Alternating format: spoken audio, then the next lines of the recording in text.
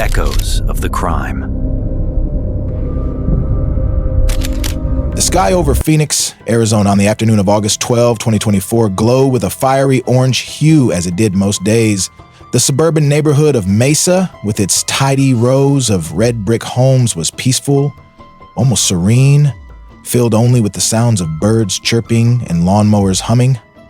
But at 5:47 p.m., a plume of black smoke rose from the house at 1427 Acacia Drive, shattering the tranquility. Flames roared, engulfing the two-story home in a crackling inferno. Neighbors gathered, phones raised to capture the scene. No one knew that within the collapsing walls, a horrific secret was waiting to be uncovered. How does a place called home become a tomb for an entire family? That question haunted those who witnessed the event. The story didn't begin with the fire. It began with silence, with secrets hidden behind the friendly smile of a man the neighborhood trusted. Calvin Jackson, a 38-year-old black man, once a technician at a Phoenix electrical company, stood amid the blaze he had ignited, his eyes vacant. Neighbors thought he was in shock, devastated by the loss of his home. But the truth was far more terrifying. The house wasn't just filled with furniture, clothes, or memories. Inside its walls, behind layers of drywall, were the bodies of Calvin's wife and 2 young children. They hadn't died in the fire. They had been dead for weeks, concealed by Calvin as if they were worthless objects. The fire wasn't an accident. It was his final attempt to erase his crime. But fire couldn't hide everything. When firefighters extinguished the flames and police entered the ruins, what they found sent shivers through the entire city of Phoenix. Calvin Jackson was no stranger. He was the neighbor who fixed leaky pipes, the father who took his kids to the park. Mesa wasn't a place for gruesome crimes. It was a community where doors were left unlocked, where children rode bikes until dusk. So what drove an ordinary man to become a killer? What happened inside that house before the flames erupted? And why did no one notice until it was too late? This story isn't just about a crime. It's about the fragility of trust, about how darkness can lurk in broad daylight. As firefighters departed and police cordoned off the scene, a detective stood amid the rubble, whispering to a colleague, "This house is telling a story, and it doesn't have a happy ending." The investigation began with a grim discovery. As firefighters sifted through the wreckage, the acrid smell of smoke gave way to something worse, a stench of decay. A collapsed section of the living room wall revealed a plastic-wrapped bundle partially exposed. One firefighter recoiled, shouting, "Oh my God!" Inside was a human limb, small and unmistakable. Police were summoned immediately, and as they searched further, they found 2 more bodies hidden within the bedroom walls. The realization hit like a punch. The Jackson family hadn't been in Tucson, as Calvin claimed. They had been here, inside their own home, for weeks. The neighborhood reeled in disbelief. Calvin had been a fixture in Mesa, known for his quiet demeanor and willingness to help. He'd fixed Mrs. Miller's flickering porch light and helped Tom Rivera jumpstart his car. But beneath that facade, something had broken. The man who once coached Ethan's Little League games had committed an unthinkable act, and the community struggled to understand how they had missed the sign. As the story of 1427 Acacia Drive spread quickly, dominating local news and social media, posts on X captured the shock. "How could this happen in Mesa?" one user wrote. "He seems so normal." The idyllic image of the neighborhood, a place of barbecues and block parties, was shattered. Residents began locking their doors, and parents kept their children closer. The fire had not only destroyed a house, but also the illusion of safety. As police began their work, questions mounted. What had driven Calvin to such extremes? Had there been warning signs that went ignored? Neighbors recalled small oddities, Calvin's increasing isolation, the strange chemical smells from his house. But no one had connected the dots. The tragedy forced Mesa to confront a painful truth. Evil doesn't always announce itself. Sometimes it hides behind a familiar face, in a house just like yours. This opening sets the stage for a chilling tale, one that unfolds through layers of deception and heartbreak. The investigation would reveal not just the mechanics of a crime, but the unraveling of a man and the community that failed to see his descent.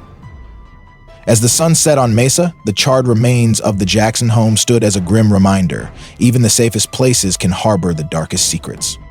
In the summer of 2024, the Mesa neighborhood in Phoenix, Arizona, embodied the quintessential American dream. Tree-lined streets, shaded rows of red brick homes with neatly trimmed lawns, and the laughter of children echoed from the playground at the end of the block. The house at 1427 Acacia Drive, home to the Jackson family, blended seamlessly into this idyllic scene. The two-story residence, with its white-framed windows and low wooden fence, was where Calvin Jackson, 38, lived with his wife Angela, 35, and their two children, Ethan, 8, and Lily, 5. Neighbors remembered Angela as a gentle woman, an accountant at a local firm, always carrying a warm smile and a basket of homemade cookies during holidays. Ethan and Lily were lively kids, often seen riding bikes around the neighborhood or shooting hoops in their driveway. Calvin, tall and broad-shouldered with a deep, reassuring voice, was the go-to guy for fixing a faulty light switch or a dripping faucet. But beneath this perfect facade, cracks were forming. Calvin had been a skilled technician at a Phoenix electrical company until 6 months earlier when he was fired after a heated dispute with his boss.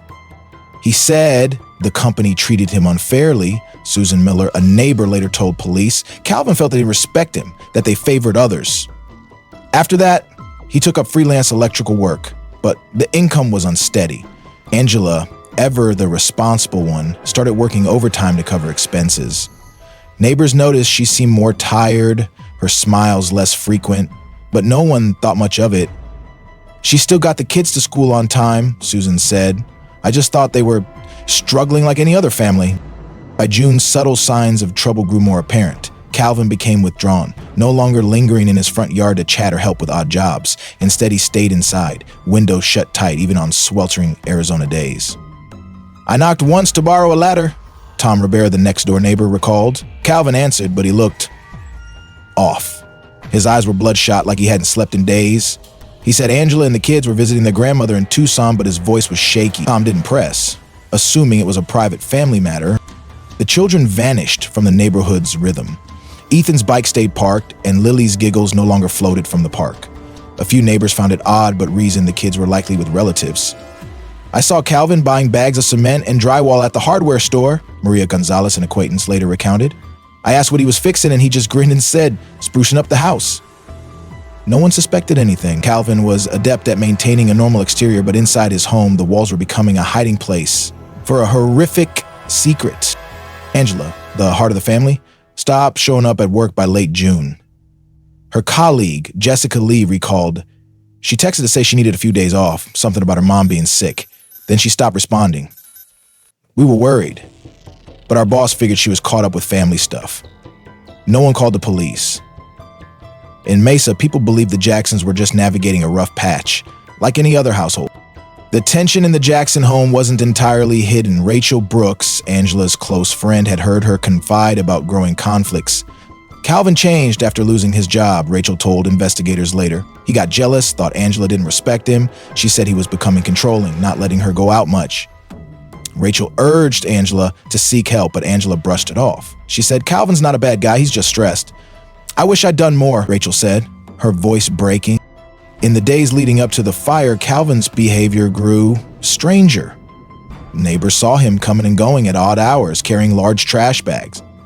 "I thought he was cleaning house," Susan said, "but there was this smell, like chemicals, coming from their place. No one reported it." In Mesa, people didn't meddle in each other's business. Unbeknownst to them, Calvin had completed his final task, concealing the bodies of Angela, Ethan, and Lily within newly built walls, sealed with drywall and cement, as if he could erase his crime. On August 12th, Calvin appeared in his front yard, pouring gasoline around the house. No one thought it unusual. He might have been prepping a lawnmower. But when the flames erupted and Calvin stood motionless, neighbors sensed something was wrong. He didn't run or call for help, Tom Rivera said. He just stood there, watching the fire like he wanted it to happen. The house at 1427 Acacia Drive, once a symbol of family happiness, was now the scene of an unimaginable tragedy. Mesa's peaceful days were over, and Calvin Jackson's story spread, leaving the community grappling with questions. How did they miss this? How could a man once so well-liked commit such a horrific act? On June 20, 2024, the house at 1427 Acacia Drive in Mesa, Phoenix was shrouded in an eerie silence. The Arizona sun blazed through the windows, but inside the air felt heavy like a tomb. Calvin Jackson locked the doors and drew the curtains tight. Neighbors heard no laughter from Ethan or Lily, saw no sign of Angela watering her garden. Only Calvin remained, alone, his hands trembling and his eyes vacant. What happened inside that house that day would become a nightmare etched into the memory of Mesa's community. At 10:15 a.m., Angela was in the kitchen preparing lunch. She wore her familiar gray t-shirt, her hair tied back in a loose ponytail. Ethan and Lily were in the living room, their giggles filling the air as they watched a cartoon. Calvin entered from the garage carrying a hammer and a roll of industrial duct tape. He said nothing, his gaze fixed on Angela. She turned, catching the strange look in his eyes. "Calvin, is something wrong?" she asked, her voice soft but tinged with worry. Those were her final words. There were no screams, no arguments. Calvin acted swiftly, coldly. He swung the hammer, striking Angela's head with a force that sent her crumpling to the kitchen floor. Blood pooled, the metallic scent mixing with the air. Calvin stood over her, breathing heavily, staring at his wife's lifeless body. Ethan, hearing the noise, ran into the kitchen. "Mom!" he cried, but before he could flee, Calvin grabbed him. The swing of the hammer, quick and brutal, silenced the boy. Ethan collapsed beside his mother, his eyes wide with terror. Lily, only 5, wandered in last, clutching her favorite doll. She didn't understand what was happening, only managing a sob before Calvin ended her life. 3 bodies lay on the kitchen floor, blood seeping into the tile grout. Calvin didn't panic. He had a plan. Over the next 2 days, he worked relentlessly. On the night of June 20, as the neighborhood slept, Calvin dragged Angela's body to the upstairs bedroom. Using a handsaw and a kitchen knife, he dismembered her, wrapping each part in thick plastic bags before carefully placing them inside a hollowed-out section of the bedroom wall. He built a new layer of drywall, painted it, and sealed it shut. Ethan and Lily met the same fate, their bodies hidden within the living room wall. The chemical smell of cleaning agents and fresh paint masked everything. Calvin worked alone, methodically, like a skilled craftsman. By June 22, the house appeared untouched. Calvin scrubbed the blood from the kitchen, replaced the stained rug, and disposed of his tools in a dumpster 10 miles away. He began telling neighbors that Angela and the kids were visiting their grandmother in Tucson. "They'll be there for a while," he told Susan Miller calmly. No one suspected a thing. Calvin resumed his routine, taking freelance jobs, even exchanging small talk with acquaintances. But each night he sat alone in the living room, facing the wall where Ethan and Lily were concealed, as if waiting for something. The tension escalated in the following weeks. Calvin drank heavily, empty whiskey bottles piling up in the trash. Neighbors noticed a chemical odor from his house, but attributed it to renovations. "I saw him hauling trash bags out at midnight," Tom Rivera later told police. "I thought he was just cleaning. Who would have guessed?" Calvin grew irritable when a delivery driver knocked on the wrong door. He snapped, a stark contrast to his usual calm demeanor. By early August, Calvin seemed at his breaking point. He knew the bodies in the walls wouldn't stay hidden forever. A faint odor of decay emerged, despite his efforts with deodorizers and paint. On August 10, he purchased 5 10-liter cans of gasoline from a station 15 miles away. He said nothing to anyone, preparing in silence. On the night of August 11, Calvin stood in the living room, staring at the walls he'd built. He muttered something under his breath, unheard by anyone, but neighbors later recalled seeing his house lights on all night. On the morning of August 12, Calvin stepped into his front yard, pouring gasoline around the house. The sharp smell went unnoticed. Neighbors assumed he was fueling a lawnmower. At 5:30 p.m., as the sun dipped low, Calvin lit a match. The flames erupted, consuming the house in minutes. Neighbors rushed out, shouting for the fire department. Calvin stood a few yards away, unmoving, not calling for help. He just watched, Mario Gonzalez recalled, like he wanted the house to disappear. When firefighters arrived at 5:47 p.m., the blaze was overwhelming. It took nearly 2 hours to extinguish. As they navigated the wreckage, one firefighter caught a whiff of something beyond smoke. The unmistakable stench of death. A collapsed living room wall revealed a plastic-wrapped bundle, exposing a small limb. The firefighter's shout pierced the silence. "Jesus Christ!" Police were called immediately. They found 2 more bodies in the bedroom walls.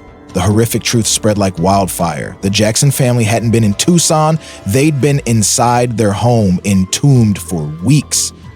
On the afternoon of August 12, 2024, as the flames at 1427 Acacia Drive in Mesa, Phoenix, were finally extinguished, the air reeked of smoke and gasoline. Neighbors crowded across the street, whispering among themselves, their eyes fixed on the smoldering ruins. Calvin Jackson stood a few yards from the wreckage, his shirt stained with soot, his face expressionless. Police had arrived, cordoning off the area with yellow tape, but a single detail provided by an unexpected witness shifted the entire trajectory of the case. Rachel Brooks, Angela's best friend, was the first to sense something was gravely wrong. Rachel, a 36-year-old kindergarten teacher living a few miles from Mesa, hadn't seen Angela since early June. She frequently texted her friend, but after June 25, her messages went unanswered. "I thought she was just busy," Rachel later told police, her voice trembling, but something felt off. Angela never went silent for that long. Rachel had considered visiting the Jacksons several times, but her demanding job and Calvin's claim that Angela was in Tucson with her mother made her hesitate. That morning, Rachel happened to drive through Mesa to visit a friend. She noticed fire trucks and a crowd gathered outside the Jackson home. Curious, she pulled over and approached Susan Miller, a neighbor, to ask what was happening. Susan described the fire and mentioned Calvin's story that Angela and the kids were out of town. Rachel's blood ran cold. "I knew Angela's mom passed away 3 years ago," she told Susan, her voice rising in panic. "There's no way Angela could be in Tucson with her." This small but piercing detail stunned Susan. Rachel didn't wait. She rushed to a nearby officer, Michael Harper, a 42-year-old white man with 15 years in the Phoenix Police Department. "Listen," Rachel said urgently, "I'm Angela Jackson's friend. Calvin said she and the kids are in Tucson visiting their grandmother, but Angela's mom is dead. Something's not right." Harper, with his short blonde hair and sharp eyes, jotted down her words quickly. He sensed the gravity of her statement, but kept his tone calm. "Okay, ma'am, we'll look into it. Are you sure about this?" Rachel nodded, tears streaming down her face. "I know Angela. She wouldn't just vanish without telling me." Harper immediately relayed the information to the scene commander, Lieutenant David Sullivan, also a white man who was overseeing the firefighting efforts. Sullivan ordered a more thorough search of the wreckage. At 7:22 p.m., a firefighter clearing debris noticed a collapsed section of the living room wall, revealing a large plastic bag inside. The stench of decay hit him like a wave. "Oh my God!" he shouted, stumbling back. Sullivan and Harper ran over, their flashlights illuminating the bag where a tiny arm protruded. The scene froze in a moment of horrifying silence. Harper glanced at Calvin, still standing near the fence, his gaze empty. "Get the investigation team here now," Sullivan barked into his radio. Rachel, standing nearby, overheard the firefighter's cry and felt her legs buckle. She knew, though she didn't want to believe, that the worst had happened. Clutching Susan's hand, she whispered, "I should have done something sooner. I knew something was wrong." Rachel wasn't just a witness. She was the catalyst who inadvertently tore down Calvin's veil of deception. Without her, Calvin might have convinced everyone his family was away, passing the fire off as a tragic accident. Police began questioning Calvin on the spot. Harper read him his Miranda rights in a steely voice. "You have the right to remain silent. Anything you say can and will be used against you in court." Calvin nodded, but said nothing. He was escorted to the Phoenix police station while the homicide unit arrived at the scene. Rachel, though shaken, agreed to give a statement. She recounted her last conversations with Angela, Calvin's increasing control over her, and her gut feeling when Angela stopped replying. "I thought she just needed space," Rachel said, her voice breaking. I never thought he could do this." Meanwhile, at the scene, investigators uncovered 2 more bodies in the bedroom walls. The smell of death, though masked by smoke and gasoline, was unmistakable. One investigator, shaking his head, muttered to Sullivan he'd turned this house into a graveyard. Rachel wasn't allowed to stay at the scene, but she overheard murmurs from the crowd that police had found Angela, Ethan, and Lily's bodies. She sank to the curb, sobbing into her hands. "I just want to tell Angela I'm sorry," she whispered. Rachel's decision to speak up was the turning point. Had she not appeared, Calvin might have walked away from the scene unchallenged, his story of an absent family unchallenged. But the detail about Angela's deceased mother sparked suspicion, leading police to the gruesome discovery within the walls. Harper later noted in his report that Rachel's courage altered the case's course. "She wasn't just a witness," he wrote, "she forced us to dig deeper." That night, as Calvin was held in custody, Rachel returned home, unable to sleep. She sat at her computer, scrolling through photos from a barbecue she'd attended with Angela the previous year. Angela's radiant smile, Ethan and Lily's bright eyes, now haunted her. Rachel knew she'd done the right thing by speaking out, but guilt weighed heavily. She wondered if she'd acted sooner, could things have been different? On the evening of August 12, 2024, the Phoenix police station buzzed with a tense atmosphere. Calvin Jackson sat in an interrogation room, his hands cuffed, his gaze fixed on the cold steel table. Across from him were Detective Michael Harper, who had been at the fire scene, and his partner, Detective Sarah Bennett, a white woman with a decade of experience in homicide investigations. Both knew this was no ordinary fire. This was one of the most horrific cases Phoenix had ever seen. With the bodies of Angela, Ethan, and Lily found hidden in the walls of 1427 Acacia Drive, the investigators were now tasked with piecing together the chilling truth. Harper opened with a calm but pointed tone. "Calvin, you need to tell us what happened. Angela and the kids, they weren't in Tucson, were they?"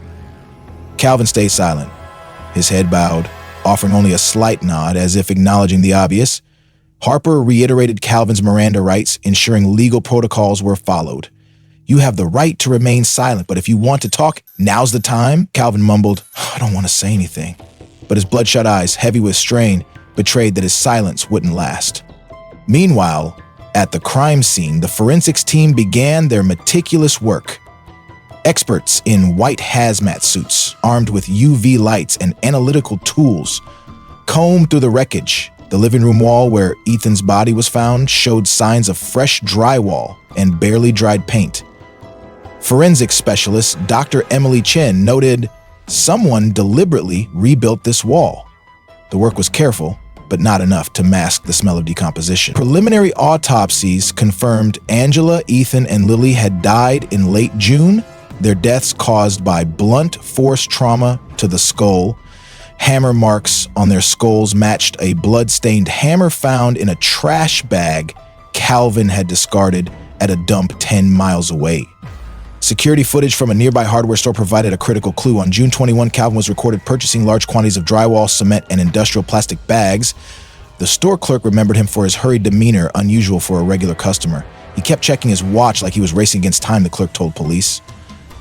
Another traffic camera captured Calvin driving to the dump on the night of June 22, hauling heavy trash bags. When police searched the site, they recovered a bag containing a kitchen knife, duct tape with blood traces, and the hammer, all bearing the DNA of Angela, Ethan, and Lily.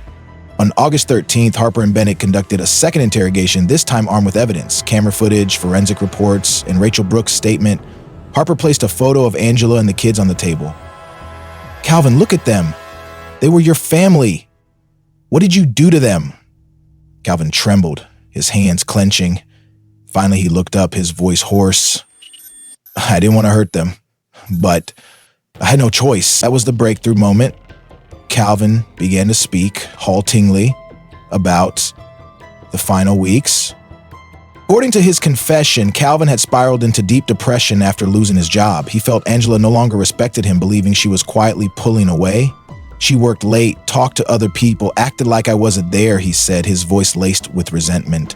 On June 20, an argument erupted when Angela mentioned taking the kids away for a while. Calvin, consumed by rage, lost control. "I didn't plan to kill a mom," he said, tears streaming down his face. "But when I grabbed the hammer, it just happened." Calvin admitted that after killing Angela, he panicked but didn't want to be caught. "He killed Ethan and Lily to keep them with me forever. He dismembered their bodies, hid them in the walls, and rebuilt the house to conceal his actions."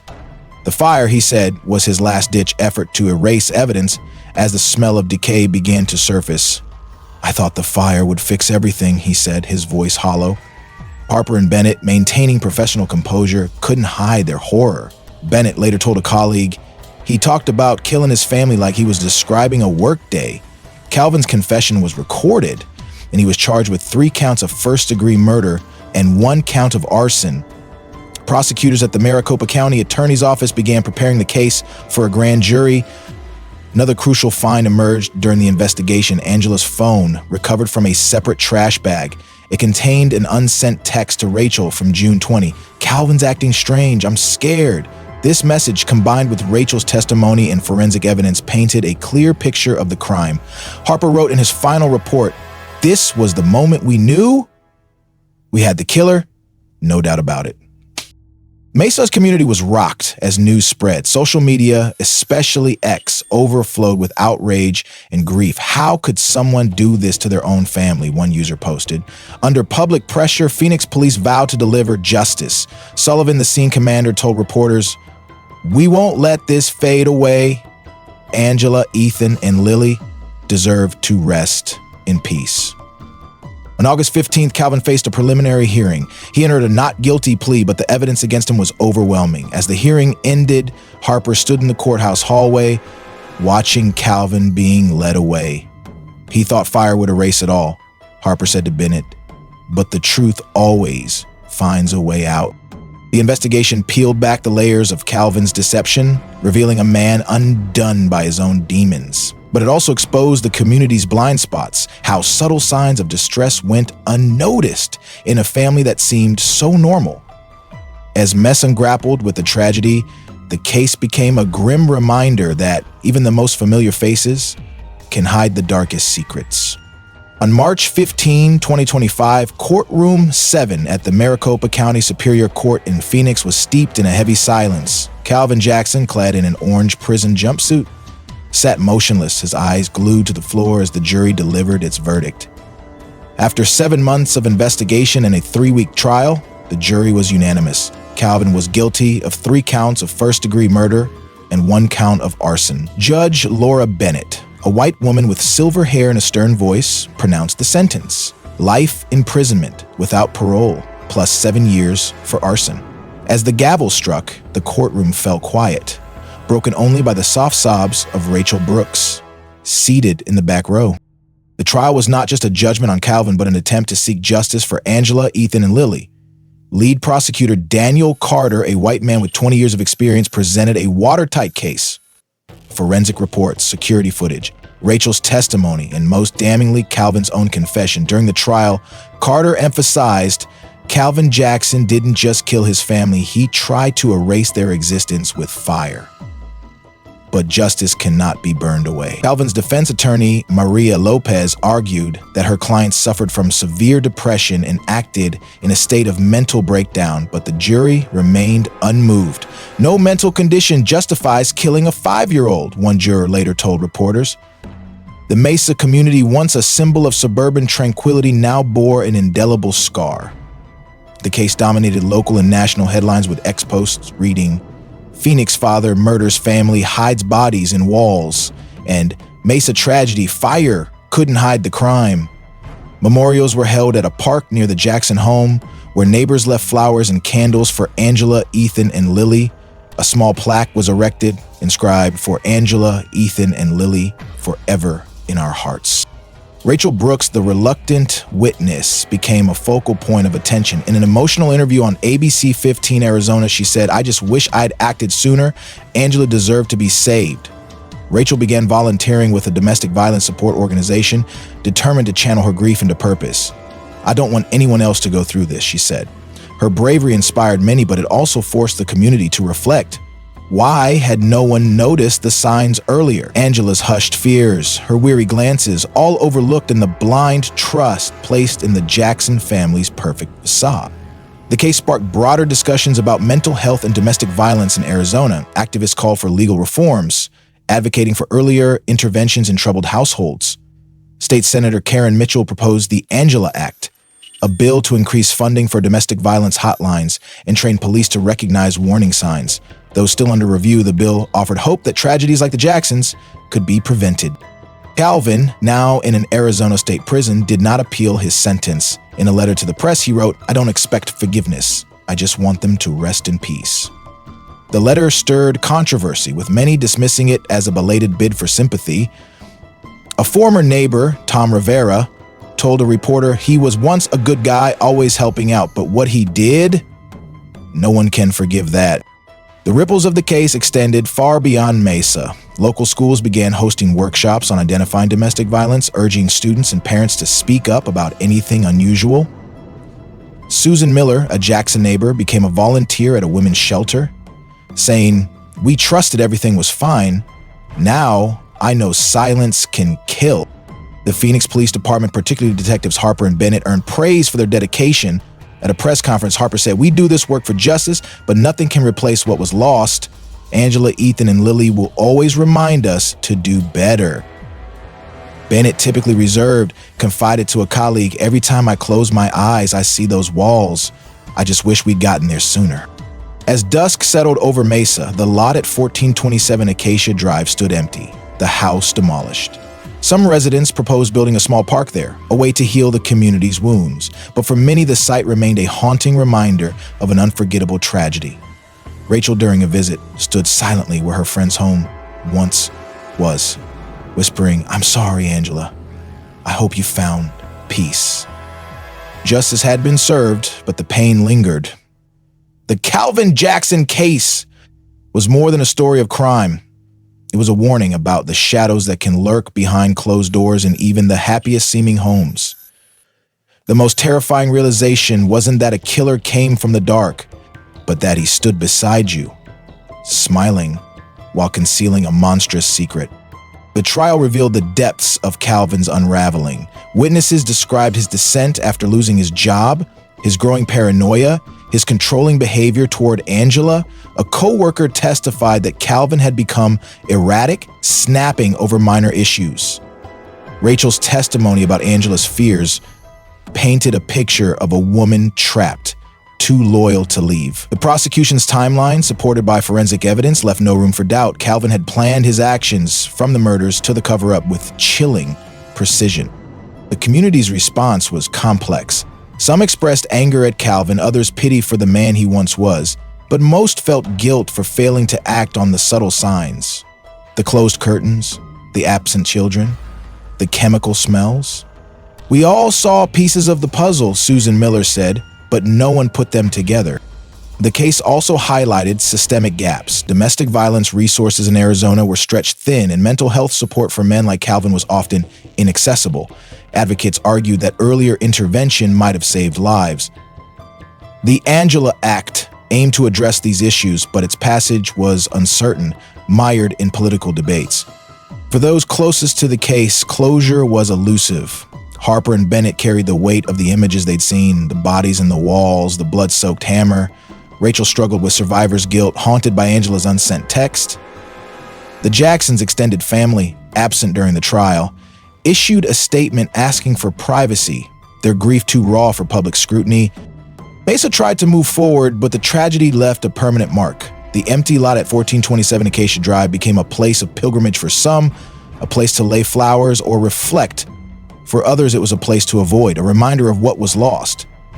The case of Calvin Jackson would linger in Phoenix's memory, a cautionary tale about the dangers of complacency and the hidden horrors that can fester in plain sight. Thank you for joining Echoes of the Crime on this journey into the darkest corners of the human experience. If you're interested in real cases, justice, and the truths still hidden, don't forget to subscribe to Echoes of the Crime so you won't miss the next story. Because in the world of crime, silence often hides the loudest screams.